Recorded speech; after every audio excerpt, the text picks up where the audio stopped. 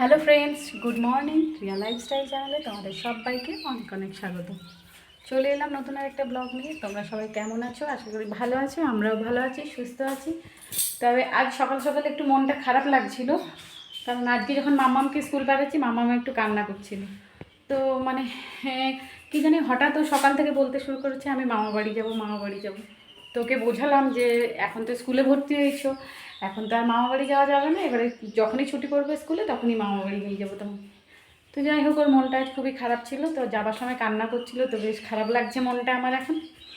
তো তারপরে আমি আমার বরকে ফোন করেছিলাম, তো বললো ওখানেও একটু মনটা খারাপ করছিল। তো যাই হোক, মন খারাপ করলেও তো স্কুল তো ওকে যেতেই হবে, আর স্কুল যদি এক আধ দিনে অ্যাবসেন্ট করে তো মানে ওইটা ওর অভ্যাসে দাঁড়িয়ে যাবে যে যাবো না যাবো না। তো তার কারণে ওকে একটু জোর করে পাঠালাম। তো যাই হোক, চলো ব্লগটা আমি এখন থেকে স্টার্ট করলাম, তোমরা দেখতে থাকো, আশা করি তোমাদের দেখতে ভালো লাগবে। তো চলো, আজ সারাদিনে কী করছি না করছি পুরোটাই তোমাদের সাথে শেয়ার করবো। দেখো এখানে কালকে মানে হঠাৎ কালকে খুব ঝড় উঠেছিল, তো ঝড় ওঠার কারণে আমাদের সামনে একটা গাছ আছে, তো সেই গাছটাকে কে কী নামে ডাকো, কে কী নামে বলো জানি না, তবে আমরা ছড়রা গাছ বলে ডাকি। তো সেই গাছটা আমাদের বাড়িটার সামনেই আছে বলে গোটা বাড়ি একবারে যেমন সেই তছনছ করে দিয়ে গেল। মানে এই যে ফলগুলো দেখতে পাচ্ছ তো, ঝাড় দিচ্ছে সেই ফলগুলো।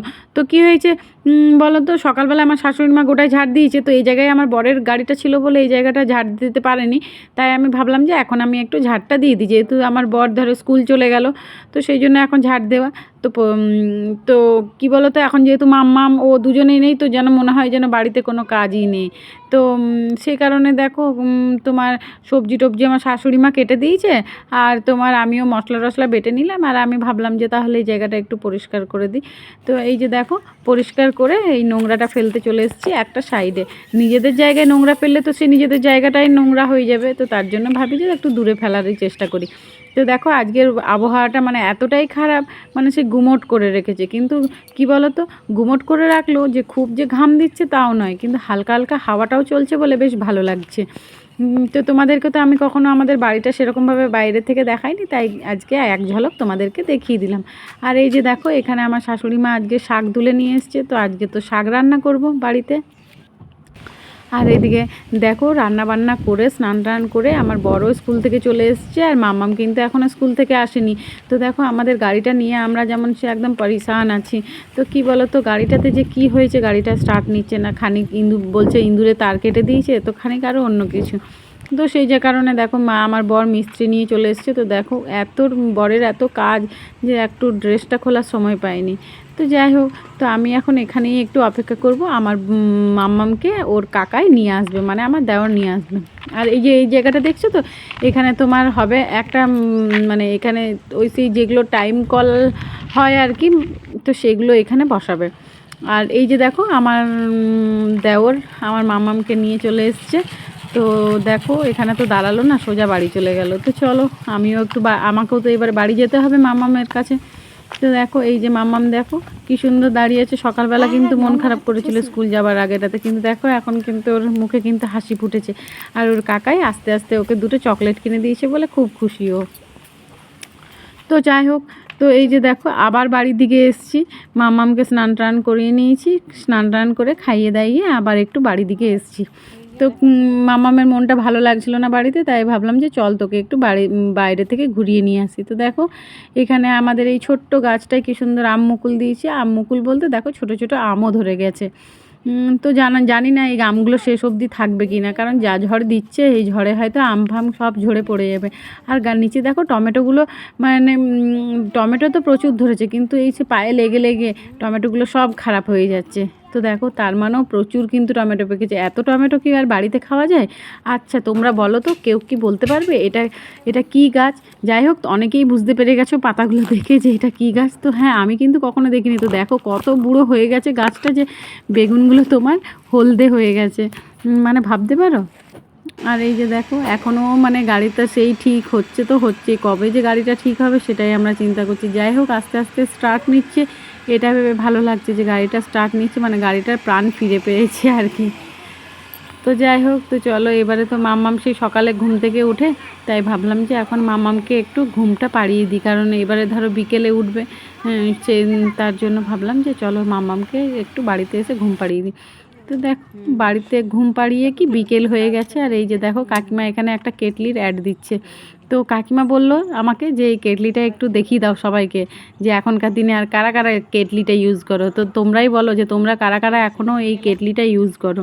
এই কেটলিটা সাধারণত কিন্তু বাড়িতে কারো দেখা যায় না, হ্যাঁ দোকানে দেখা যায় কিন্তু বাড়িতে কখনো দেখা যায় না, মানে কখনো নয় এখন আর কি দেখা যায় না। এখন তো সবাই সসপ্যানেই চা করো আর কি। আর এই যে দেখো এখানে গিটি ফেলে দিয়েছে, কাকিমাদের তো বাড়ি তৈরি হবে, তো তার জন্য দেখো আমাদের ঘরের সামনে গিটিটা ফেলে রেখেছে।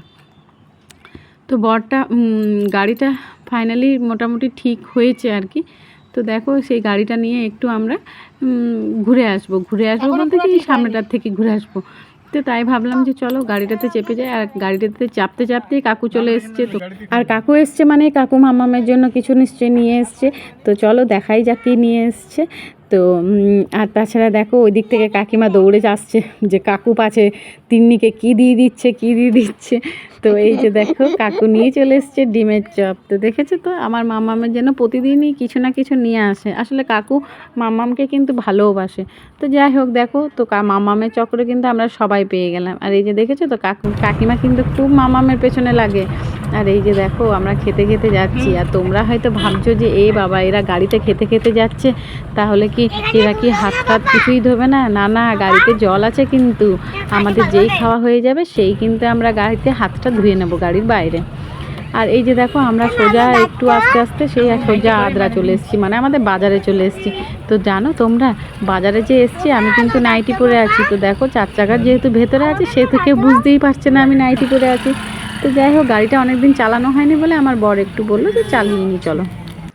তো এই যে দেখো গাড়ি চালাতে চালাতে হঠাৎ রাত হয়ে গেল। তো রাত হয়ে গেছে, তো এখন আমরা কোথায় যাচ্ছি জানো তো? এখন আমরা যাচ্ছি মন্দিরে।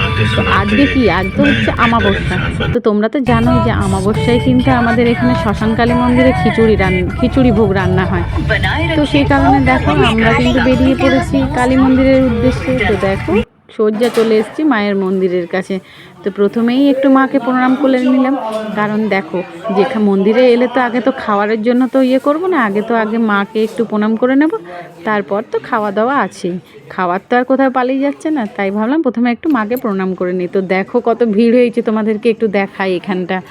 তো দেখো মানে যত মানে এই আমাদের জীবনপুর বাঙালপাড়া কলোনি সবাই কিন্তু ঘরে ঘরে সবাই কিন্তু চলে এসছে কিন্তু দেখো খিচুড়ি ভোগ খেতে। আর সত্যি বলতে কি খিচুড়ি ভোগ কিন্তু খেতে বেশ ভালোও লাগে। বাড়িতে যত না খিচুড়ি খেতে ভালো লাগে তার থেকে কিন্তু তোমার প্রসাদটা খেতে একটু বেশিই ভালো লাগে। তো দেখো আর এই গরমের দিনে তো সবাই আসবে, শীতকালে হয়তো একটু কষ্ট হয় বা বর্ষাকালে একটু কষ্ট হয়, কিন্তু গরমের দিনে দেখো কম বেশি কিন্তু সবাই আসে। তো দেখো এখানে ভিডিও করতে করতে হঠাৎ আমার চোখ গেল জানালাটার দিকে। তো দেখো এই জানালাটার দিক থেকে কিন্তু মাকে দেখা যাচ্ছে ভেতর থেকে। তো যাই হোক তো চলো এবারে আমরা খেয়ে নিই, তারপরে তোমাদের সাথে দেখা হচ্ছে।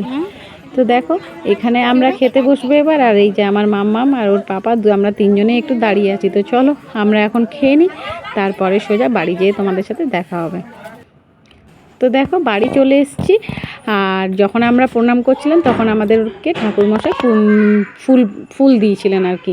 তো সেই ফুলটা ভাবলাম যে এখন কোথায় রাখবো কোথায় না, তার জন্য ভাবলাম যে এই তুলসী মন্দিরের কাছে ফুলগুলো রেখে দিই, কারণ এখানে ওখানে রাখলে যদি বাই চান্স পায়ে লেগে যায়। আর এদিকে হঠাৎ মনে পড়েছে যে মামামের জন্য দুধটা তো আমি গরম করে রাখিনি। আর এই গরমের দিনে দুধ যদি গরম করে না রেখেছো তাহলেই কিন্তু দুধ ফেটে যাবে। তো তাই ভাবলাম দুধটা একটু গরম করে নিই। আর চলো মাম্মাম এখন ওপরে দেখো কি করছে। দেখো এইখানে মাম্মাম আর ওর পাপা দুজন মিলে দেখো বেড ঝেড়ে রেখেছে নিচে। তো চলো এবারে শুধু শোয়ার অপেক্ষায়। সারাদিনে সেরকম শুতেই পায় না বলতে দুপুরে যথেষ্ট শুতে পাই, কিন্তু ঘুম আসে না, শুধুমাত্র ফোন ঘাটার কারণে। তো চলো এবারে কিন্তু ঘুমোতে হবে আমাদেরকে। তো আজকের মতো ভিডিওটা এখানে শেষ করলাম, দেখা হচ্ছে নেক্সট ভিডিওতে। সবাইকে টাটা, গুড নাইট।